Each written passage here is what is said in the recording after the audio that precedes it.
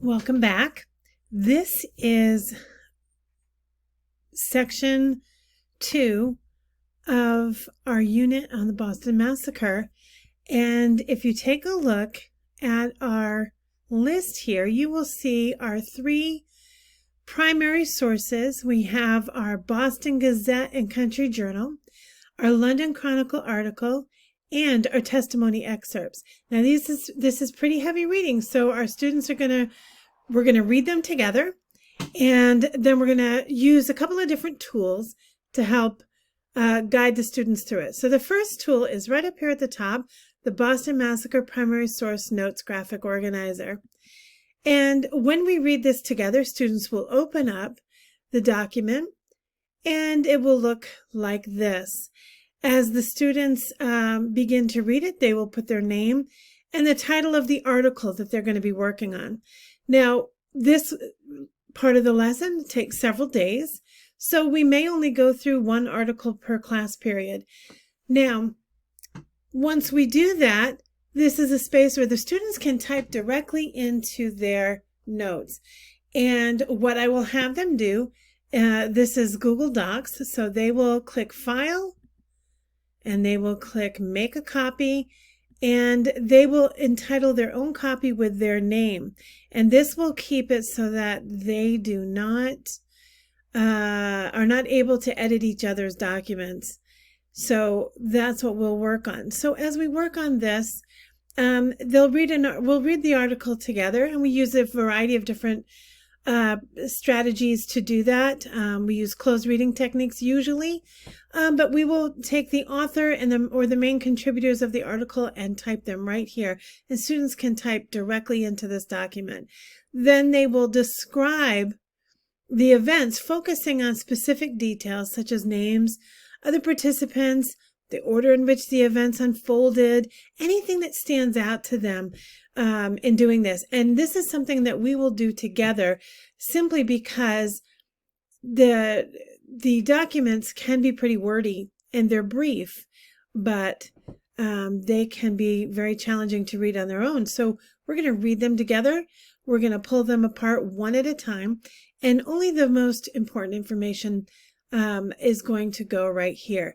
At the end of this page, they can summarize what happened, and they're going to pay close attention to that article's perception of what happened during the Boston Massacre.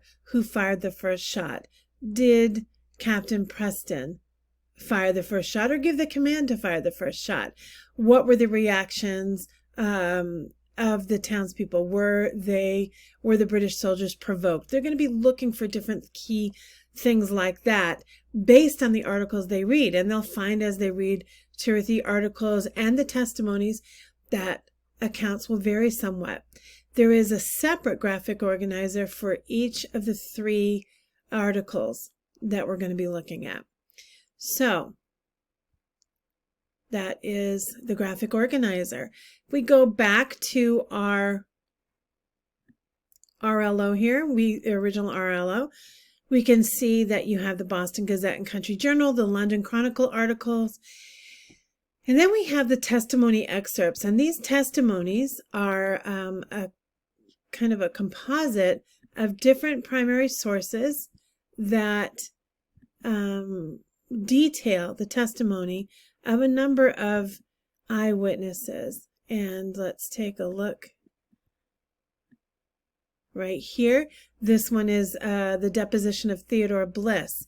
Now again, these are very short, but the language in them can be challenging. So this is one of the things that we're going to go over together in depth and take some notes on this using our graphic organizers.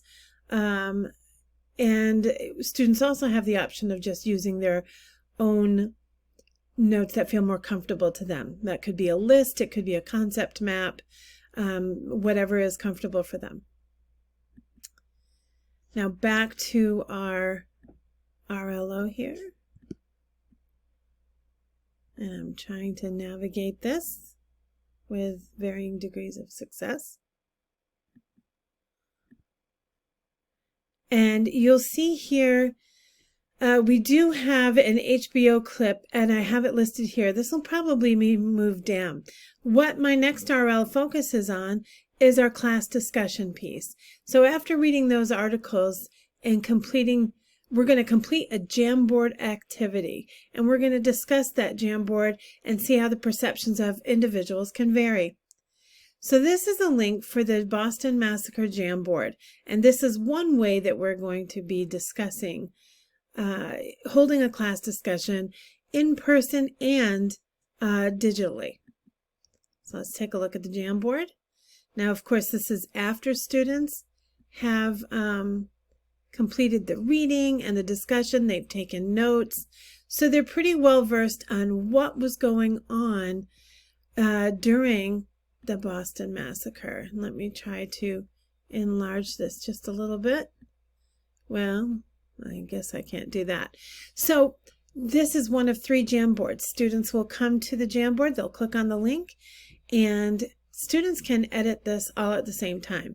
So whether I have 2 students or 20 students, they can all access the Jamboard at the same time.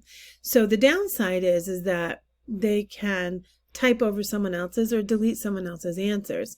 So there's got to be some kind of pre-teaching here so that students understand that when we do a Jamboard like this, we're going to leave other people's answers the way they are. We're not going to be, removing anybody else's work. I will also be in on this discussion as well. So if you take a look at our 3 Jamboard pages, they are all entitled You Be the Judge. And students are asked to post their answers anywhere on the page. They can type. If you take a look, this is question 1, and along the side here you have a link where you can write using a pen. So students can write like that.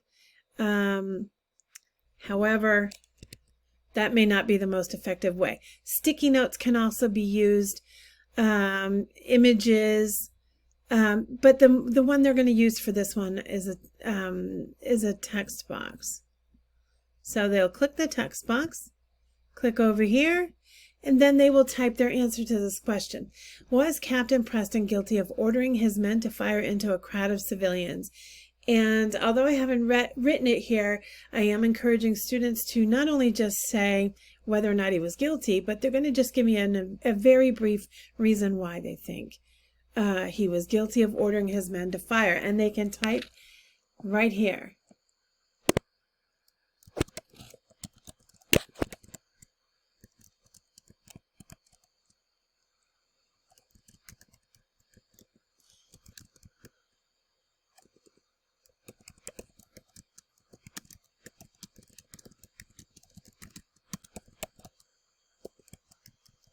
Now, you'll notice I wrote in a complete sentence.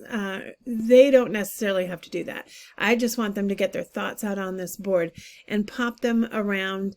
These can be moved and they can be put all over the Jamboard. And there's more room on here than what this screen is showing, but they can do that. Then when they are finished with that, they're going to go up to the, I'm trying to move there we go. Up to the very top of the page, you will see the arrows going left and right. This says that there are 3 Jamboards. This is one of 3.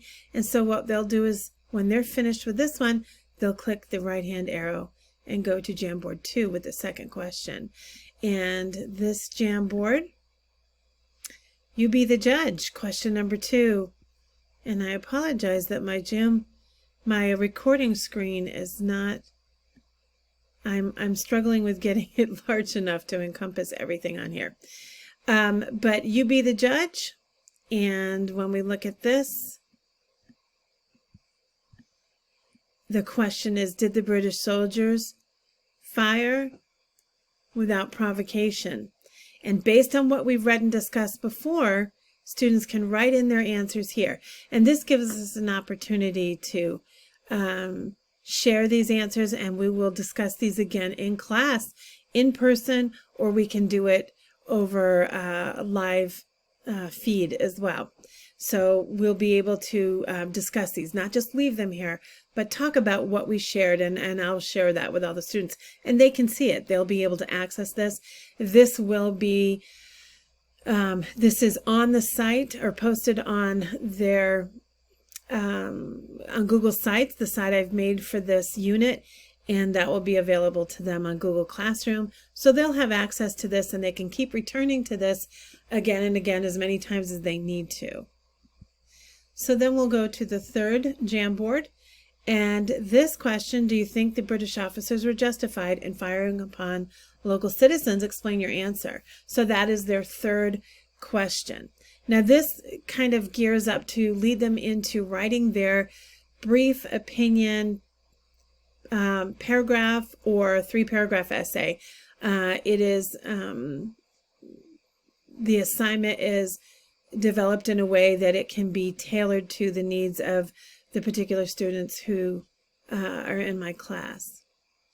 So once we are done with that, we can go back over. So that is my Jamboard for my first RLO for my question.